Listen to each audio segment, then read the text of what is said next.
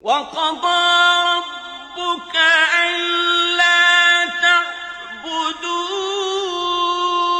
إِلَّا إِيَّاهُ وَبِالْوَالِدَيْنِ إِحْسَانًا إِمَّا يَبْلُغَنَّ عِندَكَ الْكِبَرَ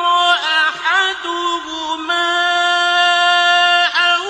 كِلَاهُمَا فَلَا تَقُل لَّهُمَا أُفٍّ